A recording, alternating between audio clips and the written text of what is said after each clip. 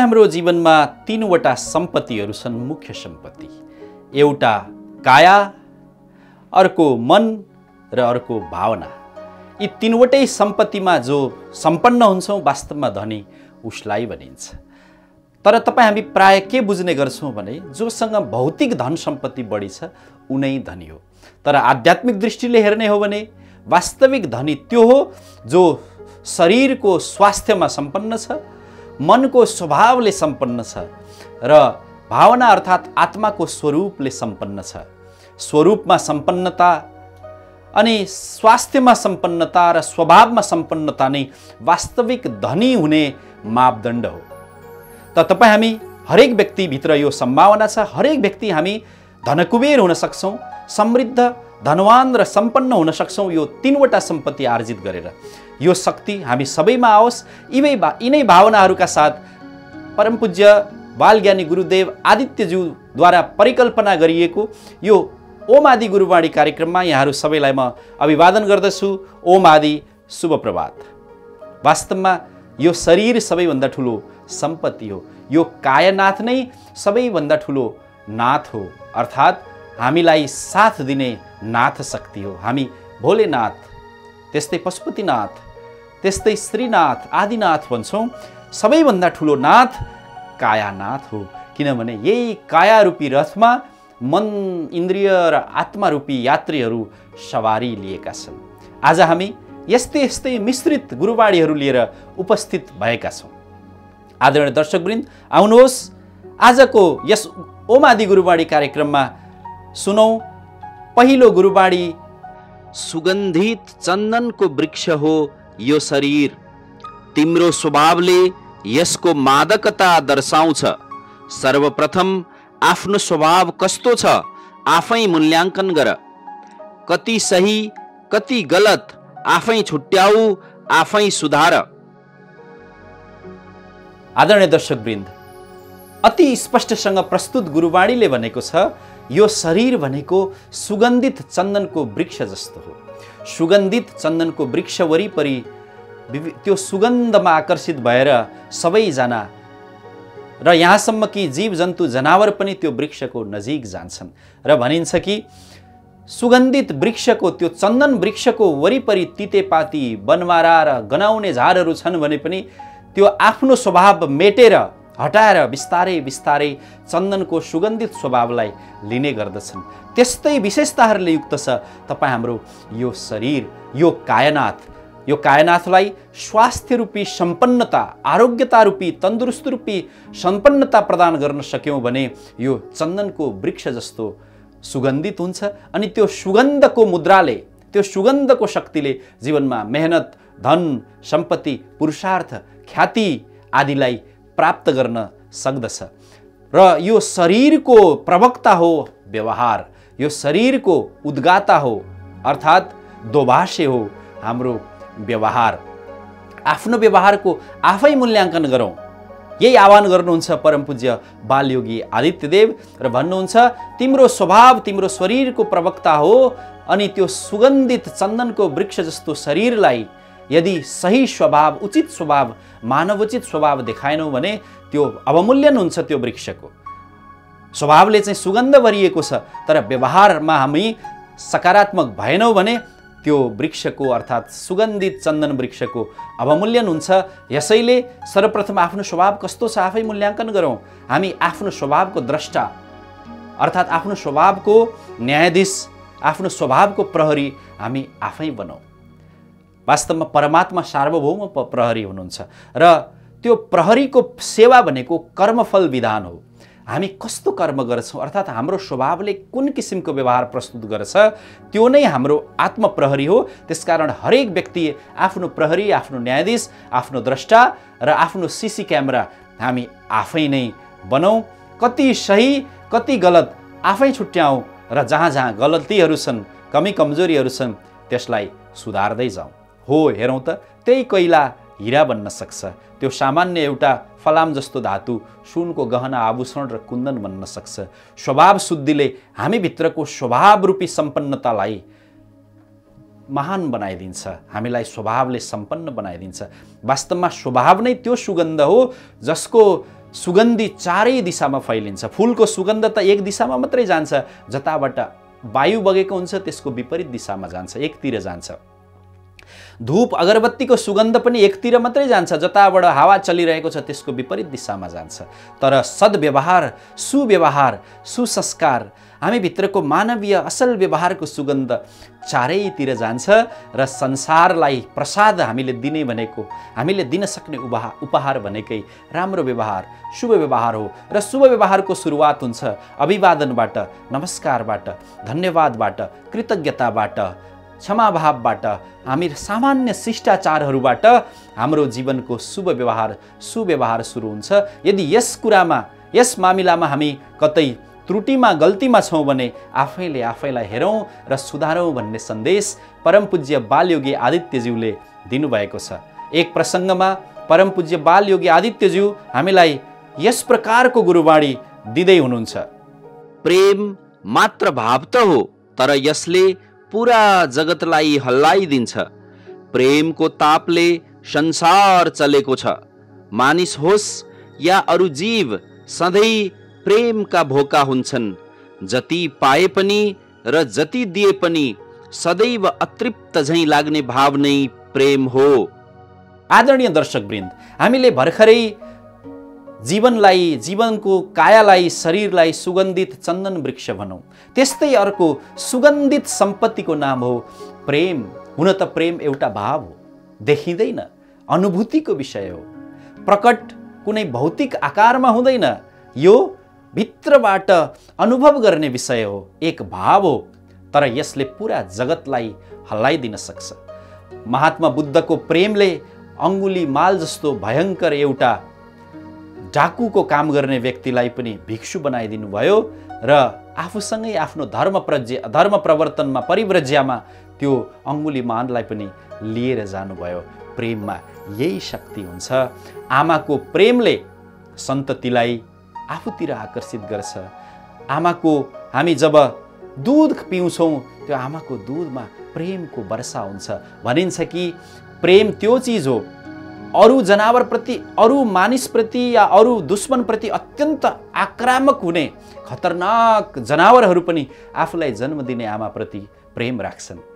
अब मनुष्यले त पक्कै पनि प्रेमलाई आफ्नो विशेषता, आफ्नो पहिचान बनाउनै पर्ने हुन्छ। जब हामी प्रेमलाई व्यवहारमा हामी घोल्छौँ, व्यवहारमा प्रेमलाई सबभन्दा अगाडि राख्छौँ, अर्थात् कि मन, मस्तिष्क र मुटु, अर्थात् मन र मुटु मध्ये हरेक निर्णयमा, हरेक सम्बन्धमा, हरेक नातामा, हरेक व्यवहारमा हामी मनलाई अर्थात् तर्कलाई नचलाएर प्रेमलाई अगाडि चलाउँछौँ भने त्यहाँ विजय हुन्छ। यसैलाई भावनात्मक बुद्धिमत्ता भनिन्छ र आधुनिक भाषामा, पाश्चात्य अध्ययनको क्रममा यसलाई इमोसनल इन्टेलिजेन्स भनिएको छ। श्रीमद् भगवद् गीताले पनि स्पष्ट गरेको छ कि तपाईँ हामी सुखी हुने हो भने प्रेम उद्घाटित, सद्भाव उद्घाटित गर्नै पर्ने हुन्छ। अशान्तस्य कुतः शिखम, अर्थात् अशान्त व्यक्ति सुखी हुँदैन। शान्त हुनलाई हाम्रो हृदय, हाम्रो मुटुको जुन प्रेमको स्रोत हो, द्वार हो, त्यो सतत निरन्तर गङ्गा बगे झैँ बगिरहनु पर्दछ। प्रेमको तापले संसार चलेको छ। वास्तवमा दुई प्रकारको ताप हुन्छ, एउटा भवताप, एउटा प्रेम ताप। एउटा ज्ञानको ताप, प्रेमको ताप, सम्बन्धको, आत्मीयताको, सकारात्मकताको, आशावादिताको ताप। यो तापमा शक्ति हुन्छ, ऊर्जा हुन्छ। जब जाडोले कठाङ्ग्रिएर सिउसु गरिरहेको अवस्थामा कतै अग्निको ताप आयो भने प्राण, जीवन प्राप्त गरे जस्तो अनुभूति हुन्छ। त्यस्तै प्रेमको तापमा त्यही शक्ति हुन्छ। यो दुनियाँमा हन्डर खाइरहेको, ठक्कर खाइरहेको, तिरस्कार, अपमान, बारम्बार विफलता, धोका खाइरहेको अवस्थामा जब निष्कलङ्क, निश्चल प्रेमको ताप प्राप्त हुन्छ, त्यसले जीवनमा नयाँ आशाको सञ्चार गर्छ। त्यसैले प्रेमको ताप सूर्यको ताप भन्दा पनि तेजिलो र असरदार हुन्छ। यही कुरा परम पूज्य बालयोगी आदित्यदेव हामीलाई स्मरण गराउँदै हुनुहुन्छ। मानिस त हो, तर त्यो जीव जन्तु, वनस्पति, वृक्ष पनि प्रेमका भोका हुन्छन्। प्रेम गरेर हुर्काइएको वनस्पति वृक्षले मिठो र छिटो फल दिन्छ। प्रेम पूर्वक दुहेको गाईको दूधमा बढी पोषण प्राप्त हुन्छ। प्रेमले पुकारेर पानीलाई पनि प्रशंसा गरेर पियौँ भने त्यो पानीको आणविक संरचना अनुकूल भएर आउँछ, त्यसको मोलिकुलर जुन कन्स्ट्रक्ट छ अर्थात् संरचना छ आणविक त्यो सकारात्मक भएर आउँछ। प्रेम निर्जीव वस्तुलाई पनि चाहिएको छ। जब हामी निर्जीव वस्तुलाई प्रेम गर्छौँ त्यो बढी टिकाउ हुन्छ, त्यसमा चमक आउँछ, सुन्दरता हुन्छ। यिनै भावहरू प्रस्तुत गुरुवाणीले स्पष्ट गरेको छ। आदरणीय दर्शकवृन्द, अबको क्रममा यस्तै जीवन व्यवहारमा उपयोगी अर्को गुरुवाणीलाई हामी श्रवण गर्नेछौँ। आफ्नो गल्तीको ठाडो अस्वीकार गर्नु ठुलो अधर्म हो, महापाप हो, तसर्थ सत्य बोल। आदरणीय दर्शकवृन्द, जीवन व्यवहारमा राम्रा कामहरू पनि हुन्छन् र कहिलेकाहीँ गल्ती पनि हुन्छ। यो जीवन हो। शरीरमा धेरै कुण्डलिनी शक्ति, षट्चक्र, पञ्चकोश पनि छ अनि मलमूत्र पनि यहीँ छ। हृदयमा परमात्माको निवास स्थल पनि छ र हाम्रा इन्द्रियहरूमा फोहोर मैला पनि भरिएका छन्। यो शरीर के हो? दोष, धातु, मलको एक प्रकारको पिण्ड हो, पुञ्ज हो। यो शरीरबाट गल्ती अवश्य हुन्छ।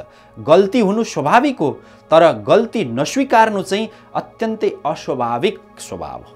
यसर्थ आफूले गरेको गल्ती अरूले आरोप लगाउनु अगाडि, अरूले औँला ठड्याउनु अगाडि हामीले स्वीकारिसक्नुपर्छ। विशेष गरी साना बालबालिका, बच्चा, नानी बाबुहरूबाट हामीले सिक्नुपर्छ। जब गल्ती गर्छन् उनीहरू आफ्नो विनम्रता प्रस्तुत गर्छन् अनि लुटुपुटु भएर काखमा आउँछन् या रुइदिन्छन् या गल्तीको पश्चाताप गर्छन्, तुरुन्तै गल्ती बोध स्वीकार गर्छन् अनि अभिभावकको मातापिताको दिललाई पगाल्दिन्छन्। त्यहाँ हिंसा र कुटपिट हुँदैन। हामीले पनि द्वन्द्व कलह बढ्नुभन्दा अगाडि, आरोप, मुद्दा, मामिला, झै झगडा, मारपिटभन्दा अगाडि आफ्नो गल्तीको ठाडो स्वीकार गर्यौँ भने त्यहाँ ठुलो द्वन्द्व र हानि हुनबाट जोगिन्छ। अस्वीकार गर्यौँ भने त्यहाँ अधर्म पैदा हुन्छ, अधर्म जन्मिन्छ अनि अधर्मले हामीले गरेका राम्रा व्यवहारहरू, एउटा गल्तीको अस्वीकारले हामीले जीवनभर गरेका असल व्यवहारको पुण्य क्षय भएर जान्छ। यसर्थ परम पूज्य बालयोगी आदित्यदेव हामीलाई स्पष्ट रूपमा मार्गदर्शन गर्दै हुनुहुन्छ कि सत्य बोलौँ, यहाँबाट गल्ती स्वीकार्न सुरु गरौँ। सत्य नबोल्नु भनेको हाम्रो जीवनमा गल्तीलाई ढाकछोप गर्दै जानु हो, गल्तीसँगै जिउँदै जानु हो, शुद्धतामा, असल व्यवहारमा जानबाट वञ्चित हुनु हो। यसर्थ पहिलो गल्ती सुधार झुटो नबोल्नु अर्थात् सत्य बोल्नु हो। यसै पनि हामी दैनिक व्यवहारमा 7-8 वटा झुट बोल्छौँ भनिन्छ। 7-8 वटा झुटलाई महिनामा हिसाब गर्ने हो भने 200, 240, 50 वटा हुन्छ। अनि माला नै हामी झुटो बोलीको माला लायौँ भने अनि सुख कसरी प्राप्त हुन्छ? माला चाहिँ, गलामा माला चाहिँ झुटो व्यवहारको अनि चाहना चाहिँ सुखको, शान्तिको, सम्मानको, प्रसिद्धिको हामी चाहेर हुँदैन। यसर्थ पहिलो गल्ती सुधार, झुटो बोल्न रोकिनुपर्छ, सत्य बोल्नुपर्छ। कहिलेकाहीँ हामी थाहै नपाइको पनि झुटा बोलिरहेका हुन्छौँ। कहिलेकाहीँ सामान्य संवादमा पनि ठुल्ठुलो झुट बोलिरहेका हुन्छौँ। कहिलेकाहीँ हामी अवचेतनमा, अचेतनमा पनि झुट बोलिरहेका हुन्छौँ। जीवनमा झुट नबोल्नु सबैभन्दा ठुलो प्रायश्चित हो भनिन्छ। त्यसैले बुद्ध भगवानले पनि आफ्नो पञ्चशीलमा मौन र झुटो नबोल्नुलाई, सत्य बोल्नुलाई पञ्चशीलको पहिलो खुड्किलोमा राख्नु भएको छ। र अणु व्रत भनिन्छ। सानो व्रत हो यो, अणु हो, तर यसले विशाल हामीलाई तीर्थाङ्कर बनाउने यात्रा हो। जैन दर्शनमा पनि भनिएको छ। त आदरणीय दर्शकवृन्द, ओम आदि गुरुवाणीमा आज हामीले मिश्रित गुरुवाणीहरूलाई लिएर चर्चा गर्दैछौँ। आजको गुरुवाणीको अब उत्तरार्धमा हामी यो गुरुवाणीलाई श्रवण गरौँ। इच्छाले नै दुःख निम्त्याउँछ, जब इच्छालाई शून्यतामा झारिन्छ तब मृत्यु नै पनि सहज भइदिन्छ। हामीले ओम आदि गुरुवाणीमा मिश्रित गुरुवाणीहरू चर्चा गर्ने क्रममा पहिले यो शरीरलाई एक सुगन्धित चन्दनको वृक्षको उपमा दियौँ। त्यसपछि हामीले प्रेम भावको चर्चा गऱ्यौँ अनि गल्ती स्वीकार्न अर्थात् आफ्नो गल्तीको स्वीकार गर्ने र अबदेखि गल्ती नगर्ने अठोट हामीले अर्को क्रममा चर्चा गऱ्यौँ। परम पूज्य बालयोगी आदित्यज्यूले दिनुभएको यो पछिल्लो गुरुवाणी उत्तिकै महत्त्वपूर्ण, उपयोगी र अत्यावश्यक छ। हो, हाम्रो जीवन इच्छाहरूले भरिएको छ, इच्छै इच्छा। त इच्छालाई इच्छा शक्तिमा बदल्यौँ भने इच्छामा प्राण आउँछ। तर इच्छालाई मनोकामनामा, वासनामा अनि कामनामा अनि इच्छालाई भाकलमा बदल्यौँ भने त्यो कहिल्यै सकिँदैन। रक्तबीज जस्तो हुन्छ। हामीले कथामा सुनेका छौँ, त्यो दुर्गा भवानीको प्रसङ्गमा सुनेका छौँ। रक्तबीज कस्तो हुन्छ? एक रगतको थोपा जब उछिटिएर भुइँमा पर्छ अनि त्यो जहाँ जहाँ पर्छ अनि त्यति नै धेरै राक्षसका मुन्डा टाउकाहरू उत्पन्न हुन्छन्। अनि फेरि अर्को छिटा जहाँ पर्छ, जति छिटा जति थोपा रगत छरिन्छ त्यति नै शिरहरू उत्पन्न हुन्छन्। यो इच्छाको जालो पनि, इन्द्रजाल पनि त्यस्तै हुन्छ। एउटा इच्छाले अर्को इच्छा, अर्को इच्छाले अर्को उपइच्छा, सह इच्छा, इच्छै इच्छा, इच्छै इच्छा। हो, जीवनमा इच्छा चाहिन्छ, तर इच्छालाई इच्छा शक्तिमा, कामना चाहिन्छ, कामनालाई परम कामनामा अर्थात् मुमुक्षत्वमा, मोक्षको कामनामा बदल्नुपर्छ। अर्थात् अरू सामान्य इच्छाहरूलाई शून्यतामा झार्ने एक महान इच्छा, एक परम इच्छा, एक श्रेष्ठ इच्छा, एक मोक्षको, आध्यात्मिक आत्मबोधको, निर्वाणको इच्छालाई आफ्नो लक्ष्य बनाएर जब अगाडि बढिन्छ, मृत्यु पनि सहज भइदिन्छ। तपाईँ हाम्रो मृत्यु कष्टपूर्ण हुन्छ। त्यसैले हामी हरेक व्यक्ति मृत्युका विषय, मृत्युको घटना, मृत्युको शब्ददेखि डराउँछौँ। किनभने मृत्यु भइहाल्ला, मैले इच्छा पुरा नगरौँला कि मेरा मनका इच्छा पुरा नहोलान् कि भन्ने हामीलाई ठुलो भय हुन्छ। यो भयबाट उन्मुक्ति पाउन इच्छालाई इच्छा शक्तिमा बदलेर जीवनको एउटा परम इच्छालाई जीवनको लक्ष्य र ध्येय बनाएर अरू सामान्य त्यो रक्तबीज जस्तो एकपछि अर्को उत्पन्न हुने इच्छाहरूलाई शून्यतामा झार्न सकौँ, यही उद्घोष गर्दै हुनुहुन्छ परम पूज्य बालयोगी आदित्यदेव। आदरणीय दर्शकवृन्द, इच्छाले चित्तको वृत्ति निर्माण गर्छ। चित्तको वृत्तिलाई निर्मूल गर्नु योग हो। योगश्चित्त वृत्ति निरोध। महर्षि पतञ्जलिले अष्टाङ्ग योगको मार्ग दिनुभएको छ। त्यसो त योगका धेरै प्रकारहरू हुन्छन्। अष्टाङ्ग योगमा सुरुमा यम र नियम, पहिलो दुईवटा खुड्किला हो। यम आन्तरिक नियम, नियम बाहिरी नियम हो। अर्थात् एक अन्तर्वैयक्तिक नियम अर्थात् भित्र आफूले पालन गर्नुपर्ने नियम र अर्को सामाजिक सम्बन्धहरूमा, पारिवारिक सम्बन्धमा, दोहोरो सम्बन्धका क्रममा पालन गर्नुपर्ने नियमहरू हुन्। यी दुई नियमहरूले इच्छाहरूलाई के गर्छ? नियन्त्रण गर्छ, इच्छा शक्तिलाई प्रबल बनाउँछ। त्यसपछि हामी आसन प्राणायाममा जान्छौँ। आदरणीय दर्शकवृन्द, महर्षि पतञ्जलिले भन्नुभए जस्तै धेरै योगाचार्यहरूले, योगका प्रवर्तक ऋषिमुनिहरूले हामीलाई विभिन्न प्राण क्रियाको विधिहरू दिनुभएको छ। आउनुहोस्, आज हामी एउटा प्राणायामको अभ्यास गर्नेछौँ जसको नाम हो नाडी शोधन प्राणायाम। यो स्वाभाविक शास्त्रीय नाडी शोधनभन्दा अलिकति पृथक किसिमको छ। अत्यन्तै उपयोगी छ। गर्नासाथ यसले फाइदा दिन्छ। हाम्रा शरीरमा धेरै नाडीहरू छन्। 72 करोडभन्दा बढी सङ्ख्या नाडीको छ भनिन्छ। हठयोगमा विशेष गरी नाडी चक्र र कुण्डलिनीको चर्चा र त्यसको विकास उत्थानका लागि अभ्यास गर्ने गरिन्छ। प्राणायाममा नाडी शोधन पहिलो चरणको अभ्यास हो। नाडी अर्थात् हामी भित्र, शरीरभित्र आयु, आरोग्य, जीवनी शक्ति बग्ने मार्ग हो। त्यसलाई शुद्ध गर्यौँ भने शरीरमा प्राणको आवागमन सहज रूपमा हुन्छ। त नाडी शोधनका लागि सहज सरल अवस्थामा तपाईँ जाउनुहुन्छ, त्यहीँ बसौँ। कुर्सीमा बसेर, भुइँमा पद्मासनमा बसेर पनि यहाँले यो अभ्यास गर्न सक्नुहुन्छ। र दुई हातमध्ये एक हातलाई यहाँले मुद्रामा राख्न सक्नुहुन्छ, ज्ञान मुद्रा या कुनै मुद्रामा, र अर्को हातलाई यहाँले सहज रूपमा नाकमा यसरी लैजान सक्नुहुन्छ। नाकमा लगिसकेपछि नाडी शोधन यो अलिकति पृथक किसिमको छ। बायाँबाट सुरु गर्नुपर्ने हुन्छ। बायाँबाट, बायाँ नाकबाट सास लिने, लामो दीर्घ श्वास लिइसकेपछि फेरि बायाँ देब्रेबाटै निकाल्दिने, पुनः बायाँबाट लिने, फेरि बायाँबाटै निकाल्दिने, 3 पटक।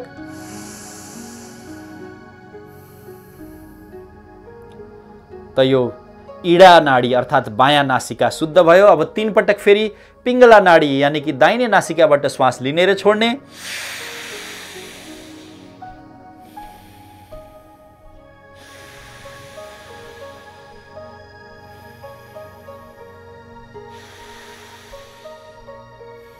यसरी 3 पटक दाहिनेबाट पनि लिइसकेपछि अब दुवै नाकको प्वाललाई बन्द गरेर दुवै नाकबाट औँला हटाएर गहन दीर्घ श्वास लिने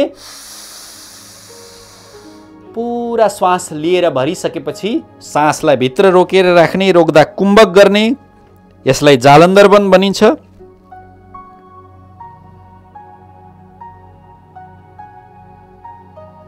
र बिस्तारै दुवै नाक र मुखबाट सास छोड्दै बिस्तारै सासलाई बाहिर गर्ने। त नाडी शोधन आदरणीय दर्शकवृन्द, सुरुमा 3 पटक बायाँ देब्रे नाकबाट श्वास लिने छोड्ने, लामो गहिरो, त्यसपछि दाहिने नाकबाट फेरि श्वास लिने छोड्ने,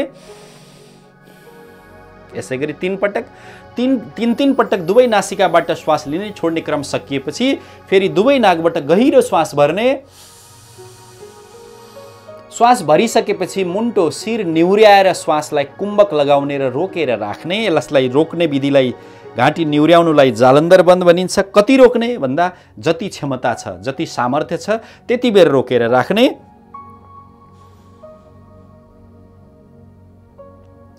अनि रोक्ने क्षमता सकिएपछि बिस्तारो शिर उठाउँदै मुखबाट पनि नाकबाट पनि भए जति सासलाई बाहिर निकाल्दिने। यो नाडी शोधन प्राणायाम अत्यन्तै महत्त्वपूर्ण विधि हो प्राणायामको। परम पूज्य पण्डित श्रीराम शर्मा आचार्यज्यूले यो आविष्कार गर्नुभएको नाडी शोधन प्राणायाम अत्यन्तै महत्त्वपूर्ण छ र गर्नासाथ तात्कालिक लाभ दिन्छ। यसले नाडी शोधन गर्ने क्रममा जब तपाईँ बायाँबाट श्वास लिनु छोड्नुहुन्छ शीतलताको अनुभूति गर्ने, जब दाहिने नासिकाबाट श्वास लिने छोड्ने गर्नुहुन्छ उष्णताको अनुभूति गर्ने, जब दुवै नाकबाट श्वास लिनुहुन्छ साम्यताको, शान्तिको, स्थिरताको, नाडी शुद्धिको अनुभूति गर्ने, जब श्वास नाकबाट बाहिर फ्यालिदिनुहुन्छ भित्रको दोष, दुर्गुण, रोग, विकार सबै बाहिर निस्केर गएको अनुभव गर्ने। जति जति प्राणायाम गर्दा हामी अनुभव गर्छौँ, कल्पना गर्छौँ, सङ्कल्पना गर्छौँ, भावनालाई जोड्छौँ, त्यति त्यति प्राणायाम परिपक्व हुन्छ। वास्तवमा ततः क्षीयते प्रकाशावरणम, अर्थात् प्राणायामले हाम्रो मनमाथि, चित्तमाथि चढेको अज्ञानको, भ्रमको र वृत्ति चञ्चलताको आवरणलाई पनि हटाइदिन्छ। केवल नाडीहरूलाई मात्रै शुद्ध गर्दैन। नाडी शोधन त यो सुरुवाती लाभ हो। यस प्राणायामले विभिन्न प्रकारका लाभहरू दिन्छ। एक त नाडीको शुद्धिकरण गर्छ, शोधन गर्छ, अर्को रगतलाई सफा गर्छ, मन शान्त गर्छ, प्रसन्न बनाउँछ। मेरुदण्ड इत्यादिमा भएका रोगहरू, ब्याक पेन, सर्भाइकल पेन, नसा च्यापिने रोगहरूमा धेरै नै फाइदा दिन्छ। पाचन शक्तिलाई राम्रो बनाउँछ। र जसलाई उच्च रक्तचाप या मुटु सम्बन्धी समस्या छ उहाँहरूले यो प्राणायाम नरोकिकन गर्ने, लगातार गरिरहने, धेरै लामो नरोक्ने, धेरै थकाउने गरी नगर्ने। बाँकी अरू सबैले निरन्तर गर्न सक्नुहुन्छ। बालकदेखि वृद्धसम्म बिरामी भएर ओछ्यानै परेको बेलामा पनि बिस्तारै बिस्तारै भावनालाई जोडेर यो प्राणायाम गर्न सक्छौँ। आदरणीय दर्शकवृन्द, योग नै त्यो इन्स्योरेन्स हो जो निशुल्क छ, जीवनभरि यसले बिमा गरिदिन्छ। यो निशुल्क बिमा गर्न नछोडौँ, नभुलौँ। यिनै आह्वानका साथ हामी आजको कार्यक्रमको अन्तिम क्रममा आइपुगेका छौँ। हामी कार्यक्रमको बीचबीचमा परम पूज्य गुरुदेवद्वारा प्रदान गरिएका साधना गर्ने साधकहरूको भावनाहरूलाई पनि जोड्दै आएका छौँ। आजको क्रममा हामी एक साधकको अनुभूति सुन्नेछौँ। ओम गुरुवे नमः। ओम आदि। मेरो नाम चाहिँ नमस्कार न्यौपाने हो। मेरो घर चाहिँ काठमाडौँ बानेश्वर हो, तर हाल म चाहिँ नर्थ क्यारोलिनामा बस्छु। आदि गुरु, बाल गुरु आदित्यको बारेमा चाहिँ मैले धेरै पछि मात्र थाहा पाएँ जब म न्युयोर्कमा हाम्रो यो ध्यान ग्रुपमा भएका हाम्रो अग्रजहरूले उहाँहरूको परिचय गराइदिनु भएको थियो। त्यसै क्रममा म उहाँलाई भेट्नलाई 2018मा आदिकुञ्जै पुगेँ र त्यहाँ बाल गुरुसँग प्रत्यक्ष दर्शन भयो, दर्शन भेट भयो। त्यसपछि उहाँलाई देखेर लाग्यो सुरुमा त के हो यो, यस्तो पनि हुनसक्छ र भनेर विश्वास लागेन। तर पछि उहाँको बुक निस्केपछि त्यो बुक पढेपछि चाहिँ ओहो यो त अद्भुत छ, यसमा विचारहरू अद्भुत छन्, यो चाहिँ नि हामीले पढ्नुपर्छ, जान्नुपर्छ, मनन गर्नुपर्छ भन्ने लाग्यो। र त्यसलाई आत्मसात गर्दै उहाँले बताएको साधनामा अघि बढ्दै साधना गर्दै जाँदाखेरि अहिले आएर चाहिँ अचम्म घटनाहरू घट्न थाले। जसले गर्दा चाहिँ मलाई गुरुको नजिक नजिक नजिक नजिक नजिक नजिक आउने एउटा बाटो वातावरण आफै आफै खुल्दै खुल्दै खुल्दै खुल्दै गयो। त्यसै क्रममा अनेक साधकहरू भेटिने, साधनाहरू भेटिने, समयहरू मिल्ने, जुट्ने हुँदै जाँदा आज म गुरुको यति नजिकै छु कि हरेक समय मसँग उहाँ सपनामा अथवा ध्यानको बेलामा उहाँसँग मेरो कम्युनिकेसन हुन्छ। उहाँले भनिराख्नु भएको छ कि म ऊर्जाबाट निस्किएको ऊर्जा हो, त्यस्तै हामी पनि ऊर्जा हौँ कि भन्ने हामीलाई पनि अनुभूति उहाँले गराइराख्नु भएको छ। त्यसैले यो कुरा भनेर व्यक्त गरेर हुने कुरा होइन, यसलाई आफैले चाहिँ साधना गरेर थाहा पाउने कुरा भएको भएर यहाँहरू पनि सबैलाई उहाँको मार्गमा अघि बढ्न हुन प्रेरणा दिनेछु र यसले गर्दा हजुरहरूको पनि जन्मेको आफ्नो जीवन सार्थक हुन्छ कि भन्ने मैले आशा लिएको छु। यदि भन्दै मेरो 2 वचन गुरुप्रति अर्पण गर्दै बिदा हुन्छु। ओम आदि।